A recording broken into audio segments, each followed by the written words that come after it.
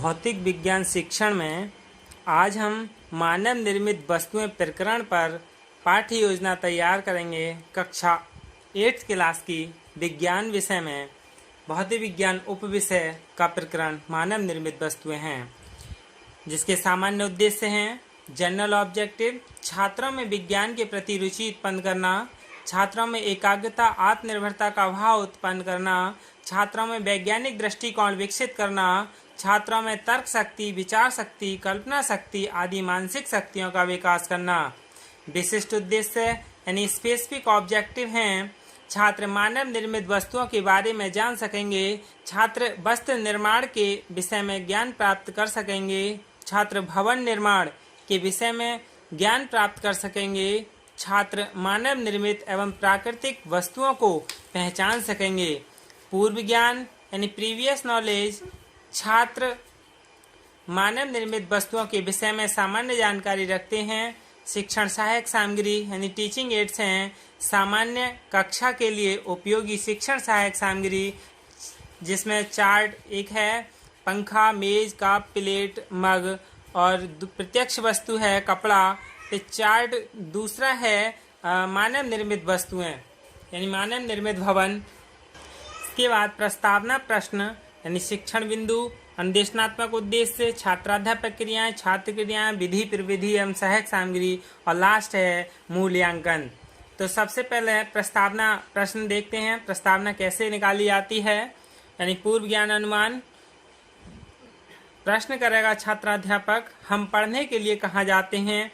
छात्र क्रिया होगी, हम पढ़ने के लिए विद्यालय में जाते हैं। फिर विद्यालय में हम किन किन चीज़ों को देखते हैं। विद्यालय में हम मेज, कुर्सी, चौक, डस्टर आदि देखते हैं।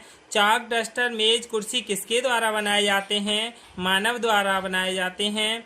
मानव निर्मित वस्तुओं से आप क्या समझते हैं? ये समस्यात्मक प्रश्न हैं, तो इसका उत्तर होगा अस्पष्ट उत्तर, यानी ये प्रश्नोत्तर विधियां हैं। फिर नवीन ज्ञान प्रस्तुतिकरण यानी छात्राध्यापक कथन होगा, वे वस्तुएं जिनका निर्माण मानव द्वारा किया जाता है मानव निर्मित वस्तुएं कहलाती हैं। छात्रों, आज हम मानव निर्मित वस्तुओं के विषय में विस्तृत अध्ययन करेंगे। छात्र ध्यानपूर्वक सुनेंगे और ये कौन सी विधि है, इसमें कथन विधि का प्रयोग किया गया।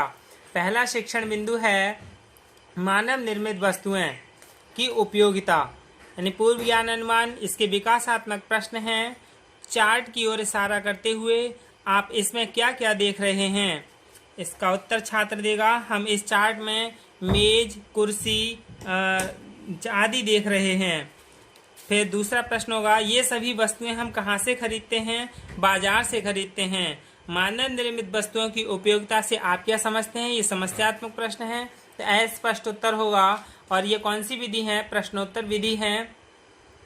फिर इसमें नवीन ज्ञान प्रस्तुतिकरण यानी छात्राध्यापक कथन होगा, प्रकृति से हमें अनेक संसाधन प्राप्त हैं, फिर भी मानव निर्मित वस्तुओं की आवश्यकता बढ़ती जा रही है। प्राचीन काल में मानव की आवश्यकताएं सीमित थीं, उनका जीवन मात्र प्राकृतिक स्रोतों पर ही निर्भर था। जनसंख्या वृद्धि के कारण मनुष्य की आवश्यकताएं धीरे धीरे बढ़ती गईं, जिनकी पूर्ति करना प्राकृतिक संसाधनों द्वारा असंभव था। अतः मनुष्य ने अपनी बुद्धि एवं विवेक से अनेक वस्तुओं का निर्माण करना आरंभ किया। इस प्रकार मानव निर्मित वस्तुओं की उपयोगिता बढ़ती गई। छात्र ध्यानपूर्वक सुनेंगे और समझेंगे। ये कौन सी थी? व्याख्यान विधि थी। इसके बाद दूसरा शिक्षण बिंदु है, इसका मूल्यांकन प्रश्न होगा। पहले शिक्षण बिंदु का, दो मानव निर्मित वस्तुओं के नाम बताइए। अब दूसरा शिक्षण बिंदु है वस्त्र। पूर्व ज्ञान अनुमान विकासात्मक प्रश्न है। इसके चार्ट दिखाते हुए आप चार्ट में क्या देख रहे हैं?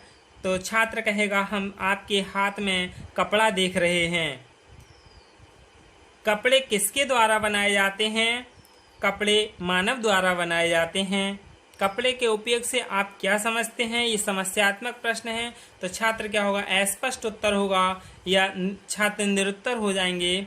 तो इसमें नवीन ज्ञान प्रस्तुतिकरण यानी छात्राध्यापक कथन होगा, मानव कपड़े या वस्त्र का प्रयोग शरीर को ढकने के लिए करता है। हम पैंट, शर्ट, कुर्सी, साड़ी, सलवार, पायजामा आदि का उपयोग करते हैं। सर्दी से बचने के लिए ऊनी कपड़े, स्वेटर, शॉल आदि का प्रयोग करते हैं। सूती वस्त्र कपास से, ऊन, भेड़ के बाल से या संश्लेषित रेशों से तैयार किए जाते हैं। छात्र ध्यान पूर्वक सुनेंगे व समझेंगे और इसका मूल्यांकन प्रश्न होगा कि ऊन किस किस चीज से तैयार की जाती है। तो छात्र बता देगा यदि अच्छे से पढ़ा है कि ऊन हमें कपास से प्राप्त होती है, भेड़ के बाल से प्राप्त होती है, संश्लेषित रेशों से प्राप्त होती है। इसके बाद तीसरा शिक्षण बिंदु है ज्ञान प्रत्यास्मरण यानी विकासात्मक प्रश्न है। इसके चार्ट दिखाते हुए आप चार्ट पर क्या देख रहे हैं? छात्र कहेगा हम चार्ट पर घर देख रहे हैं। घर किसके द्वारा बनाया जाता है? फिर छात्र कहेगा घर मानव द्वारा बनाया जाता है। भवन निर्माण से आप क्या समझते हैं? समस्यात्मक प्रश्न है, छात्र निरुत्तर होगा और ये प्रश्नोत्तर विधि है। नवीन ज्ञान प्रस्तुतिकरण यानी छात्राध्यापक कथन होगा।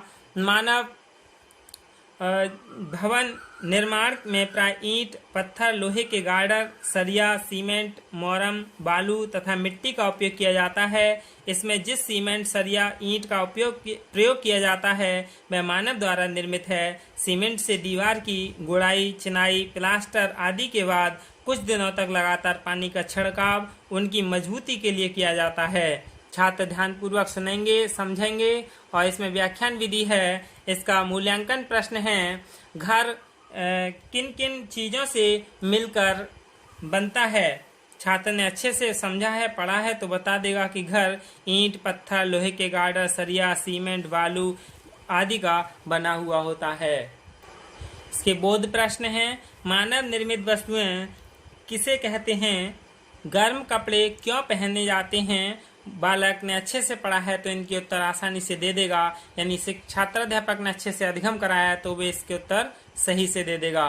श्यामपट्ट सारांश यानी नवीन ज्ञान स्थायीकरण।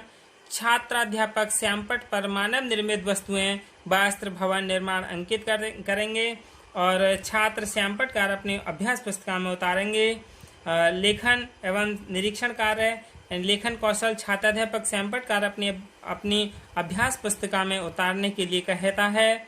गृह कार्य, अभ्यास कार्य, किन्हीं दो मानव निर्मित वस्तुओं का सचित्र वर्णन करो। तो छात्र गृह कार्य अपनी अभ्यास पुस्तिका में उतारेंगे और घर से करके लाएंगे। और ये क्या है? श्यामपट्ट कार्य है जिसमें तीनों शिक्षण बिंदु लिखे हुए हैं। यही क्या है? मानव निर्मित वस्तुओं का प्रकरण पर बना एक पाठ्य योजना है कक्षा 8 विज्ञान विषय की। धन्यवाद।